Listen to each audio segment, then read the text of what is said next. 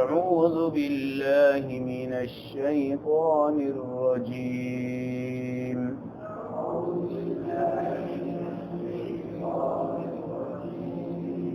بسم الله الرحمن الرحيم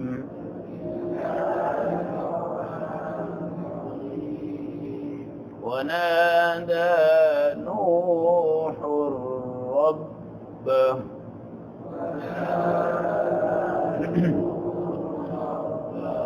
فقال رب إن ابني من أهلي وإن وعدك الحق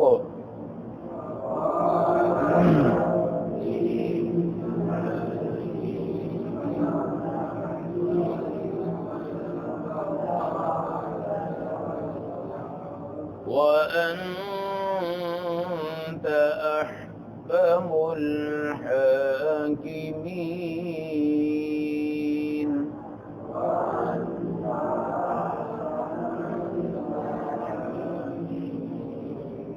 قال يا نوح إنه ليس من أهلك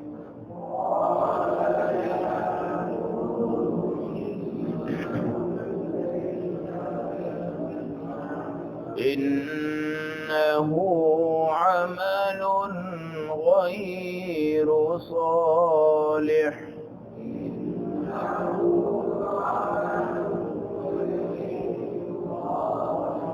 فلا تسألني ما ليس لك به علم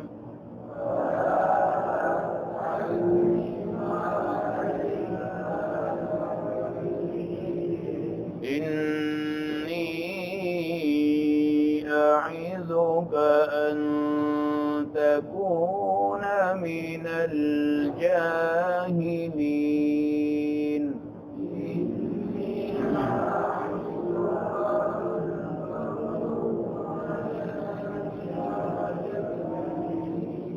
قال رب إني أعوذ بك أن أسألك ما ليس لي به علم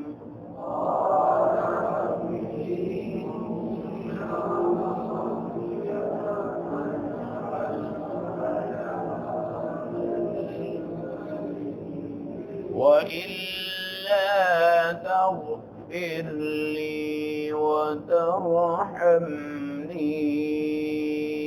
أكن من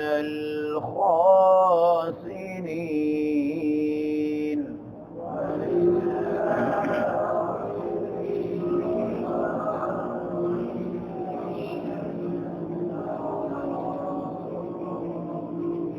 صدق الله العظيم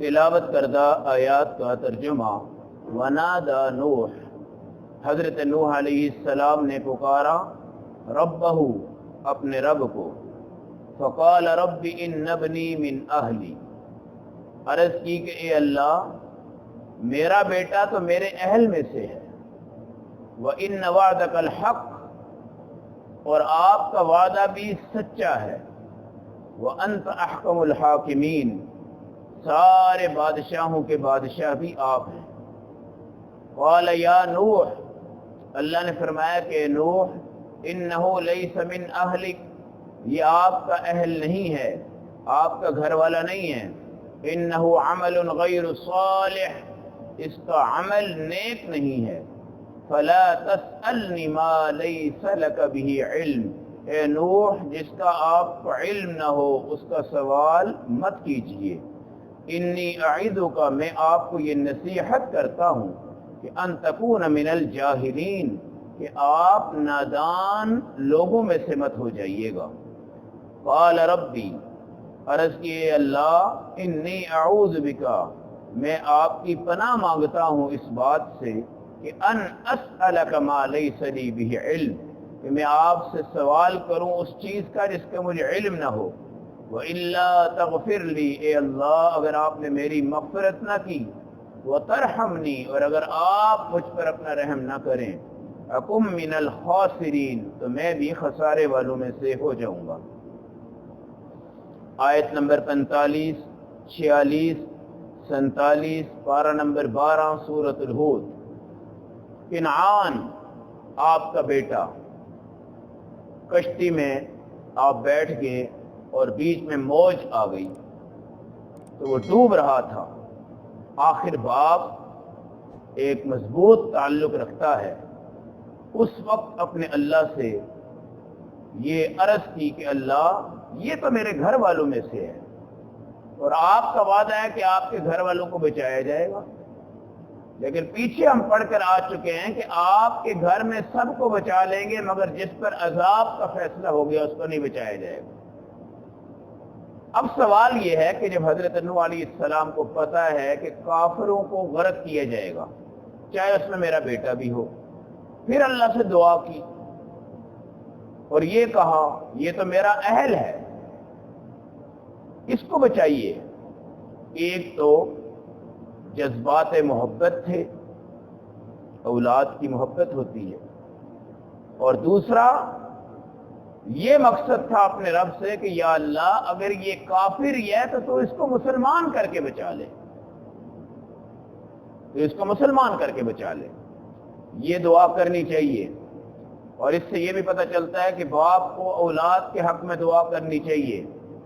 باپ موجود گھر میں ہو، ماں موجود گھر میں ہو تو کسی پیر اور فقیر کی ضرورت نہیں ہوتی۔ حضرت یوسف علیہ السلام کے بھائیوں نے آپ کے ساتھ بڑے ظلم کیے، بالآخر جب یعقوب علیہ السلام کی خدمت میں سارے پہنچے اور اپنی غلطیوں کا اعتراف کیا تو حضرت یعقوب نے کہا کہ سوف استغفر لکم ربی، میں اپنے اللہ سے اب تمہارے لیے توبہ مانگوں گا کیونکہ میں تمہارا باپ ہوں۔ تو میرے بھائیوں، باپ کی دعائیں بڑی قبول ہوتی ہیں اور ماں کی دعائیں بڑی قبول ہوتی ہیں۔ روزانہ اپنی والدہ سے دعا کروا کے جایا کرو، روزانہ اپنے ابا سے دعا کروا کے جایا کرو، اس کا کوئی نعم البدل نہیں ہوتا۔ اور یہاں پر بھی ایک باپ جسمانی طور پر ایک تعلق رکھتا ہے، بیٹا آپ کا کنعان موجود ہے، لیکن میرے اللہ نے کیا کہا، اے نوح لیس من اہلک، یہ آپ کے اہل میں سے نہیں ہے، اور دنیا کو بتا دینا کہ وہ گھر نہیں ہے، وہ اہل خانہ نہیں ہے جہاں تمہارا بیٹا شرک پہ چلے اور تم توحید پہ چلو، جہاں تمہاری اولاد کفر پہ چلے اور تم ایمان پہ چلو، جہاں تمہاری اولاد بددین ہو اور تم دیندار ہو۔ لیس من اہلک، یہ آپ کی اولاد نہیں ہے۔ اللہ کے ہاں نسب اور جسم کے رشتے کا اعتبار نہیں ہے، اللہ کے ہاں ایمان کے رشتے کا اعتبار ہے۔ انہ عمل غیر صالح، آپ کے بیٹے کا عمل نیک نہیں ہے، آپ کا عمل نیک ہے، آپ پیغمبر ہیں، آپ کا بیٹا کافر ہے، آپ اللہ کو مانتے ہیں، آپ کا بیٹا اللہ کو نہیں مانتا، لہذا اللہ اس کو آپ کا بیٹا بھی نہیں مانتا۔ یاد رکھیں، فلا تسألنی ما لیس لک بعلم، اے نوح آپ کو جس چیز کا پتہ نہیں ہے آپ اس کا سوال کیوں کرتے ہیں؟ حضرت نوح علیہ السلام کو اللہ یہ بھی کہہ رہے ہیں کہ میں آپ کو یہ نصیحت کر رہا ہوں کہ بار بار اس طرح کے اگر آپ سوال کریں گے تو آپ نادان ہو جائیں گے، نا سمجھ ہو جائیں گے۔ آپ تو اللہ کے پیغمبر ہیں، لہٰذا آج کل جو ہم دعاؤں کی درخواستیں کر دیتے ہیں ایک دوسرے سے، جائز کی بھی مانگ لیتے ہیں، ناجائز کی بھی مانگ لیتے ہیں، یہ بھی غلط ہے۔ جب اللہ سے دعا کرو تو اللہ سے یہ کہا کرو، یا اللہ اس مجمع میں جن لوگوں کی جائز حاجات ہیں اللہ ان کو پورا کر دے۔ جب ہم بھی جمعے میں دعا کرتے ہیں تو ہم بھی یہی کہتے ہیں، اللہ مجمع کی جائز حاجات کیا کر دے، پوری کر دے۔ اب کہیں ناجائز ہوتی ہیں، کہیں جائز ہوتی ہیں، کہیں حلال ہوتی ہیں، کہیں حرام ہوتی ہیں، اور آ جاتے ہیں جناب بزرگوں سے دعا کرواؤ۔ تحقیق کرنی چاہیے کہ جائز مانگ رہا ہے یا ناجائز مانگ رہا ہے، اور یہاں بیٹا ہے، باپ ہے، تعلق ہے، لیکن اللہ نے کہا کہ آپ کو اس چیز کا پتہ نہیں ہے، لہذا آپ سوال مت کیجیے گا۔ اگر آپ نے بار بار سوال کیے تو آپ نادان ہو جائیں گے، آپ نہ سمجھ ہو جائیں گے۔ پھر جب سمجھ گئے، واقعتاً اللہ کا عشق، اللہ کی محبت بڑی قرب والی ہوتی ہے، بہت قرب والی ہوتی ہے۔ جب اللہ کا تعلق جڑ جاتا ہے نا، اس لیے ہمارے نبی صلی اللہ علیہ وسلم کی جو محبت ہے، حدیث میں آتا ہے کہ تم میں سے کوئی کامل مومن تب تک نہیں ہو سکتا جبکہ ماں باپ سے، خاندان سے، انسانوں سے بڑھ کے اللہ کے نبی سے محبت کرنے والا ہو جائے۔ تو اپنے رشتوں کو نہیں دیکھا کرتے، اللہ اور اس کے رسول کو کیا رکھتے ہیں۔ اب حضرت نوح علیہ السلام اللہ کے سامنے اس چیز کی معافی طلب کر رہے ہیں کہ یا اللہ، میں نے آپ سے دعا کر دی اپنے بیٹے کے لیے، یہ جذبات محبت بھی ہو سکتا تھا، یا میں یہ کہنا چاہتا تھا کہ آپ اس کو ایمان کی توفیق دے دیں تاکہ یہ بچ جائے اور میرے ساتھ چلا چلے۔ آئندہ میں آپ سے ہرگز ایسا سوال نہیں کروں گا جس کا مجھے علم نہ ہو۔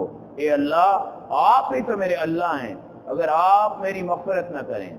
اب دیکھیں، یہ کوئی گناہ نہیں ہے، یہ کوئی گناہ نہیں ہے، بیٹا ہے، جذبات میں، محبت میں، عقیدت میں انسان دعا کر دیتا ہے۔ آپ نے بھی دعا کی ہے لیکن دوبارہ تو نہیں نہ کی، آپ نے دوبارہ تو نہیں کی، لیکن بات ہے کہ ہلکی سی وہ ناپسند بات جو اللہ کو پسند نہیں آئی، آپ نے اس کو اپنے لیے بہت وزنی غلطی سمجھا اور اپنے اللہ سے کہہ دیا کہ آئندہ میں آپ سے کبھی بھی یہ سوال نہیں کروں گا۔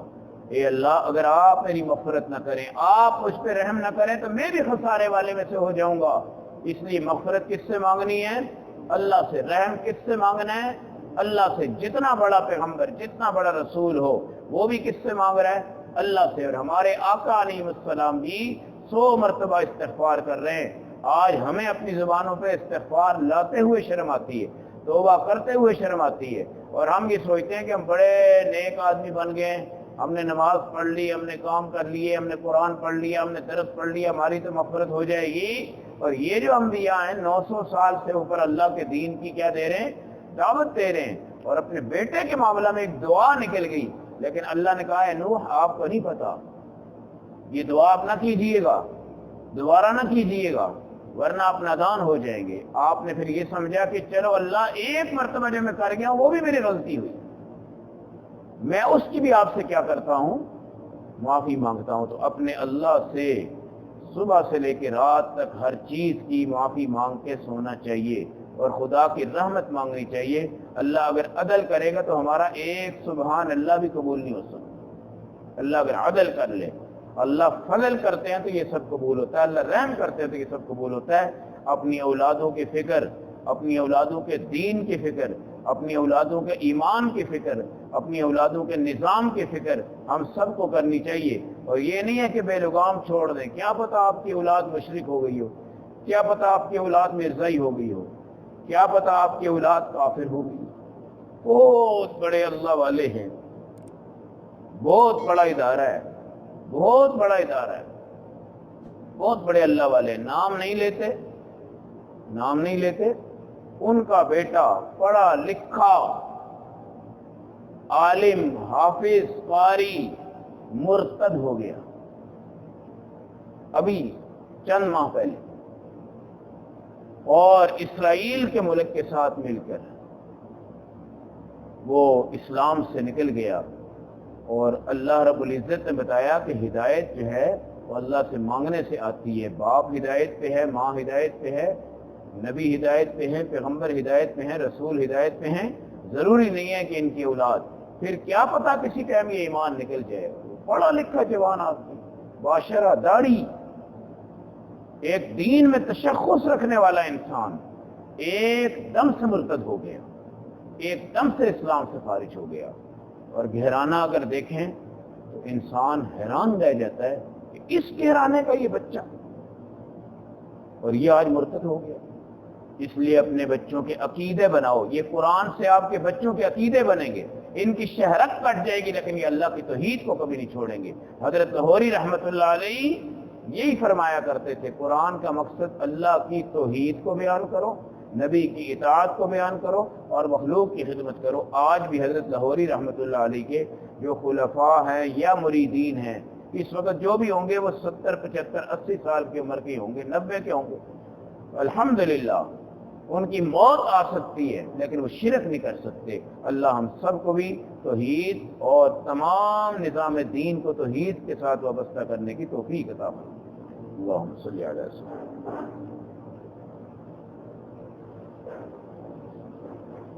برحمتک یا